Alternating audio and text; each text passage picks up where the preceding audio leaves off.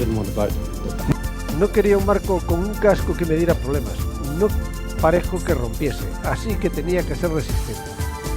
Se cometieron algunos errores en el diseño y el barco resultó algo pesado. Le pusimos unas piezas de protección contra el hielo y otras cosas, pero al final solo hubo un vendaval importante en la regata. Too extreme.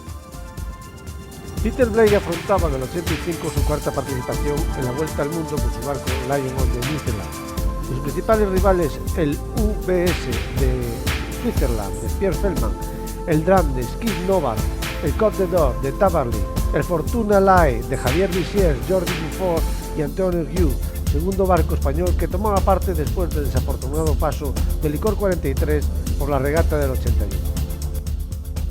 El Dram, de bandera británica, lleva a bordo al líder de los Duran Duran, Simon Le Bon, y por H o por B se vería como uno de los grandes protagonistas de la regata.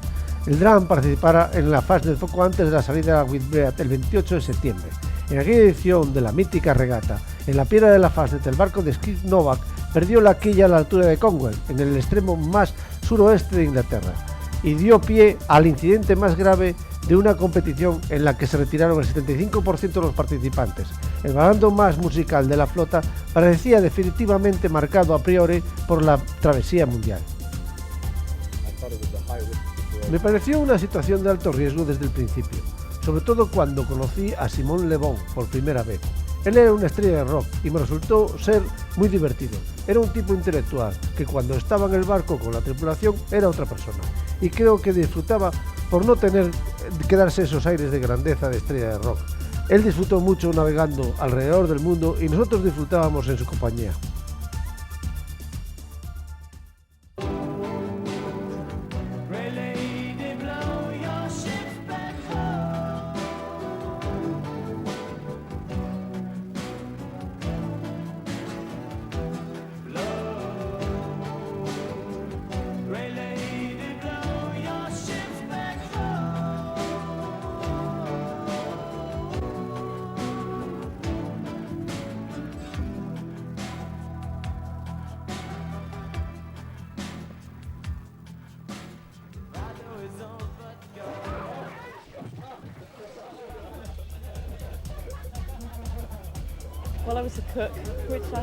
Yo era cocinera y tengo que decir que es el peor trabajo del barco.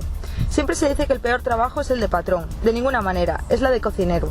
Esto en el primer barco, porque cambié de barco en la primera etapa.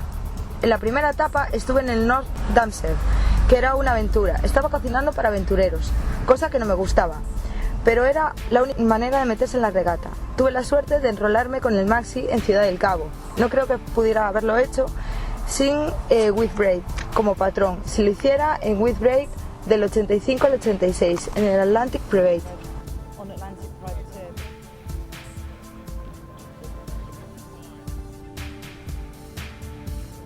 De Tracy Edwards, que seguiría la pionera navegante Clary Francis, primera en ponerse a bordo de un barco de la Vuelta al Mundo en la etapa 77-78. Y a diferencia de aquellos que tuvieron la inexperiencia a la razón de los incidentes parecidos, los veteranos competían en una competición muy cerrada por los intereses comerciales, profesionales y deportivos. Pierre Feldman, en su tercera Whitbread, regateaba con el UBS Switzerland, diseñado por Bruce Farr, y opta claramente a la victoria. Sin embargo, sus expectativas no se cumplirán, ya que hizo 2 cuartos puestos, un sexto y un séptimo, terminando por detrás del Spirit Equipe de Phyllis Innovator y Fisher Finland. No obstante, su barco sería el mejor en tiempo real. Peter Blake, por su parte, como el Lion New Zealand, no pudo apartarse de las desgracias, unas desgracias que al final impidieron un mejor resultado para el patrón Kiwi. En esta cuarta experiencia de la Whitbread, las constantes averías y las ballenas le cerraron el camino a la victoria.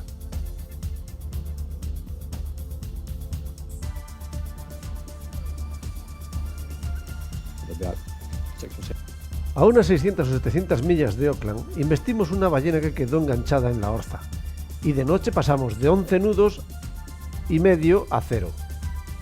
Es frustrante que se te enganche algo en medio de la noche, pero tienes que tirar para adelante. Al día siguiente, mientras navegamos, sentimos algo en el timón. Pensamos que fuera el stay, ajustamos todo un poco, aún así las cosas empeoraban. Vimos el mecanismo de dirección, pero parecía que todo estaba bien. Vimos la popa y vimos que el timón estaba blanco y antes era negro. Perdió la pintura, dijimos. Horas más tarde, como las cosas iban a peor, volvemos a mirar por la borda y parecía que un tiburón arrancara un trozo de la parte de atrás del timón. Lo que pasó es que la ballena arrancó el revestimiento del timón como si fuera la piel de naranja. Dejó la espuma y la estructura central. Y la espuma iba cayendo poco a poco. Fue bastante interesante montar un sistema que en realidad nunca funcionó, e intentando acabar la etapa con las emisoras de radio avisando a la población de Auckland que se alejaran de las playas por seguridad por si embarrancábamos. Entramos justo antes de que el timón se deshiciera del todo.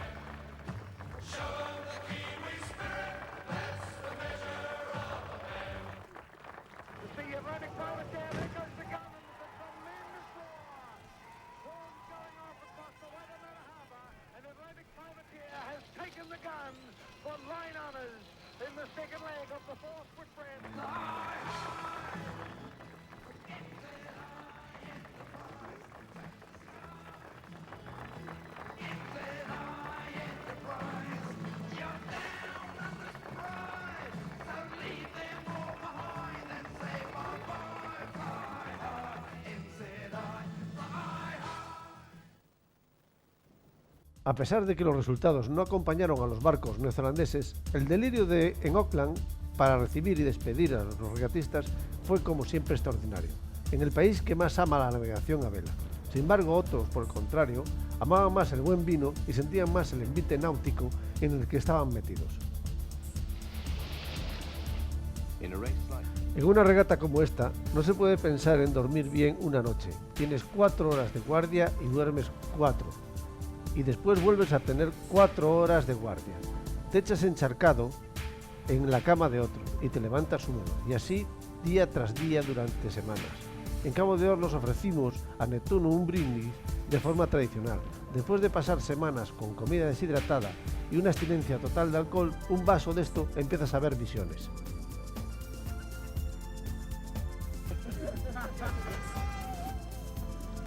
Tras el paso de Nueva Zelanda, los barcos cubrían desde Punta del Este, que sustituía a Mar del Plata después de la guerra anglo-argentina por las Malvinas, de allí a Portsmouth y la victoria en tiempo real del ABC Switzerland, una victoria que no le valdría para nada a Pierre Feldman en tiempo compensado.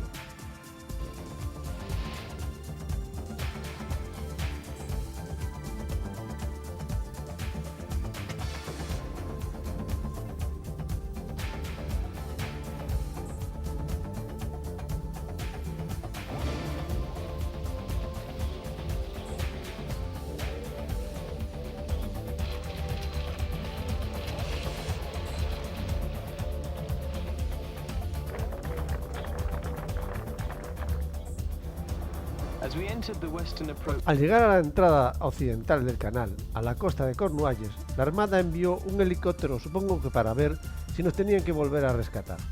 Pero después de 27.000 millas, esos días tan oscuros quedaban muy atrás.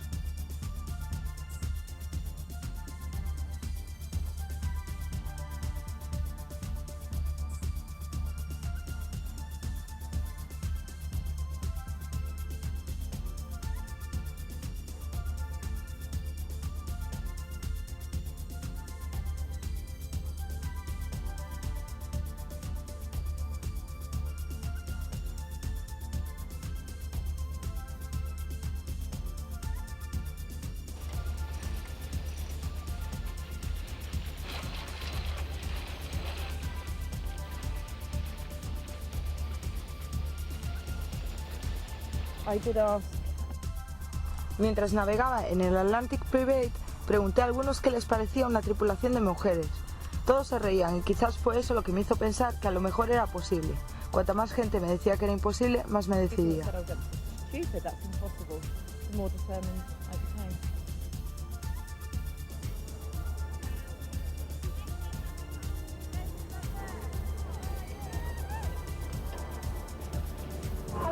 Hola, aquí Maiden. ¿Está Tracy? Gracias. Soy yo. Aposté por vosotras, así que será mejor que ganéis. Ganaremos sin problema alguno.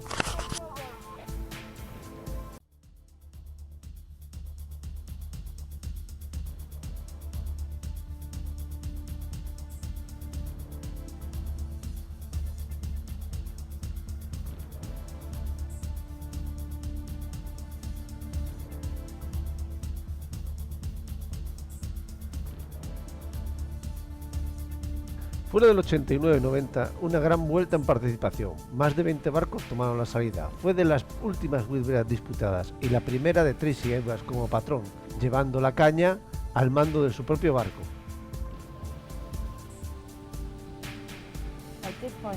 Supe, por suerte, que al final de la regata, no durante ella, que algún periodista hiciera una apuesta apostando hasta dónde íbamos a llegar. Y uno de ellos dijo que no pasaríamos de las Nildes, que solo estaban a un par de millas de la salida. Nadie pensaba que llegaríamos a Uruguay, así que yo pensaba que éramos nosotros los que más cosas teníamos que demostrar. Bruce Farr, el diseñador kiwi, salió hace 4 años en Whitbread con la pericia de Peter Blake. El resultado fue un extraordinario barco, un barco high-tech, el más alto nivel competitivo, un Fórmula 1 de los mares.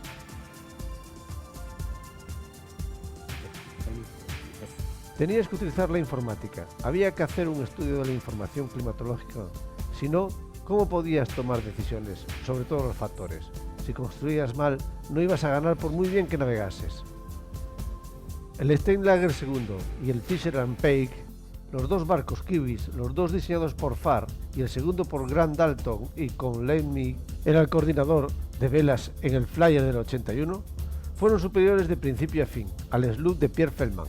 El Meredith estaba condenado a ser un mero comparsa, y mientras otros veteranos de la vuelta, Skip Novak, emprendía la vuelta a través de un proyecto complicado, el barco soviético Fazishi, que sería protagonista negativo de la Whitbread del 89-90.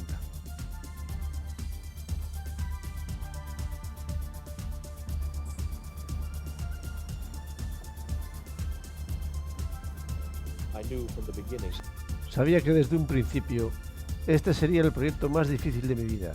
Tengo que decir, y ya he sabido por todos, que no eran grandes regatistas de competición a nivel de individual, eran fantásticos, pero como grupo eran un desastre. Esta gente no está de acuerdo en las cosas básicas, tales como la vida cotidiana, para cuanto más cómo orientar un enfoque.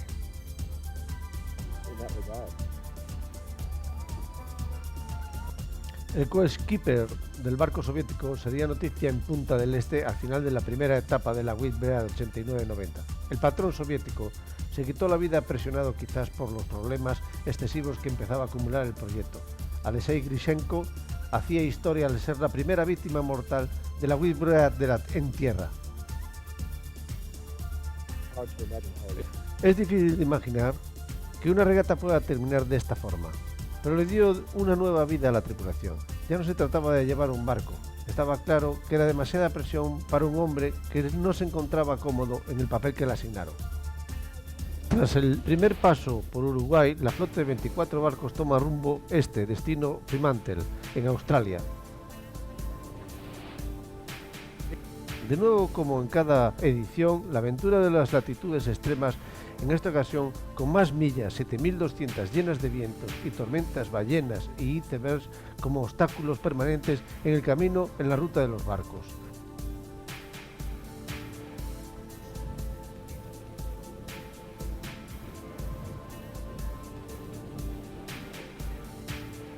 La dureza del recorrido quedó demostrada con la segunda desgracia de la vuelta. El barco sueco, The Car, patrocinado por Roger Nilsson, perdía a un hombre, Jim Gustafsson, en medio de un terrorífico mar.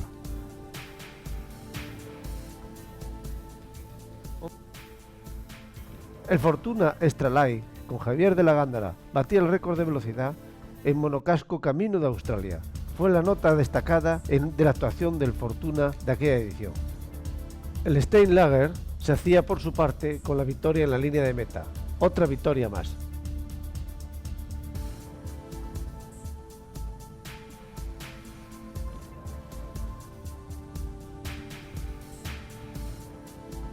En la división D, el barco de las chicas, con Tracy Edwards al timón, BC en Fremantle escribe así una nueva página de la regata. Era la victoria parcial de un barco netamente de mujeres.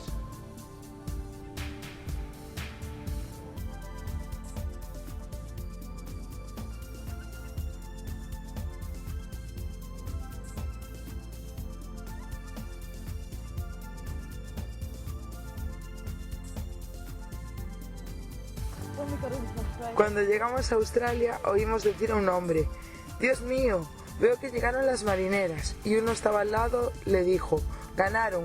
Eso dijo lo que teníamos que decir.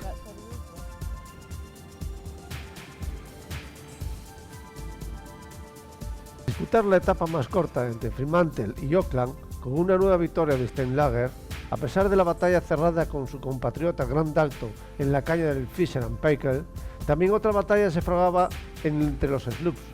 Merit de Pierre Feldman, Rothman de Lauren Smith estaban a mura con Amura constantemente. La salida a Nueva Zelanda resultaría problemática para esta etapa. De Carr, sueco, perseguido por la desgracia, rompería el mástil.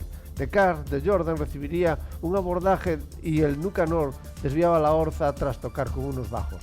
Por si todo esto no fuera poco, el camino de Punta del Este, el Martellia, finlandés de Marco Jurini, da la voz de alarma sobre la situación de su quilla, a pocas millas del puerto uruguayo.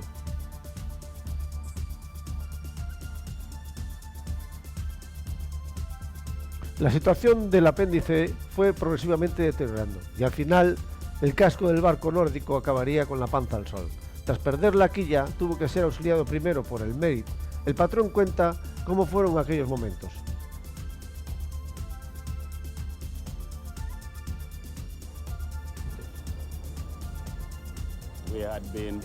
Estábamos preparados para que nadie durmiera abajo y teníamos todo el equipo de emergencia y las lanchas salvavidas preparadas. Oímos un estallido y el barco se empezó a inclinar. Le llevó al menos 10 segundos en escolarse 90 grados y otros 5 segundos en ponerse quilla arriba.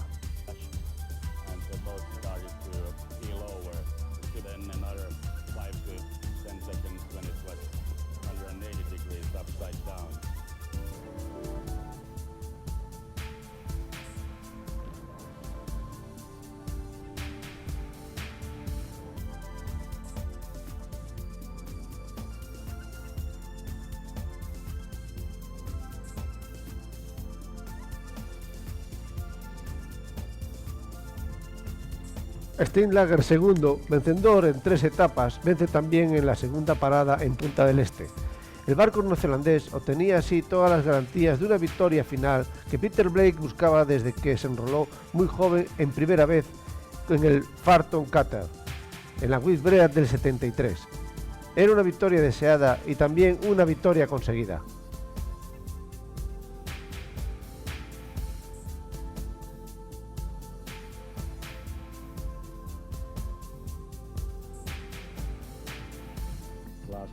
En la última etapa rompimos una polea que aguantaba el mástil de mesana y teníamos el espí y los obenques forzados. No rompieron por la pericia de la tripulación, así que no ganamos hasta que no llegamos al final.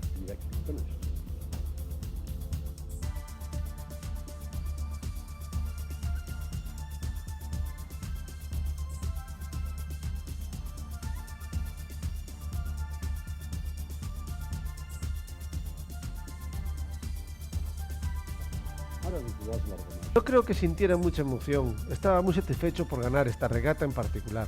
Muy difícil terminar una regata de 33 millas en la que estás todo el tiempo en tensión, eso no lo puedes hacer. Aún sigues con una actitud competitiva, sigues queriendo competir durante meses, ya que tuve una actitud anormal durante 8 meses. Después de 9 meses de aventura naval, varios accidentes de gravedad, 2 muertos y varios rescates de emergencia, los vencedores pensaron inevitablemente en su éxito.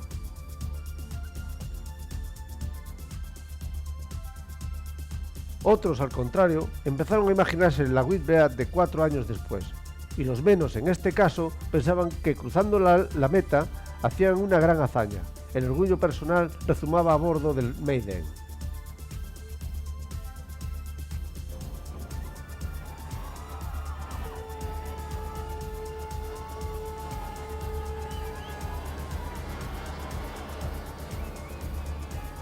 I think anyone. Creo que todos debemos mirar atrás y sentirnos orgullosos. Es una regata muy difícil, el desafío más grande. No es una lucha contra los elementos, las olas, el viento, los barcos, es una lucha contigo mismo. Estás solo todo el camino aprendiendo cosas sobre ti. Es un logro enorme. And so it is a huge achievement.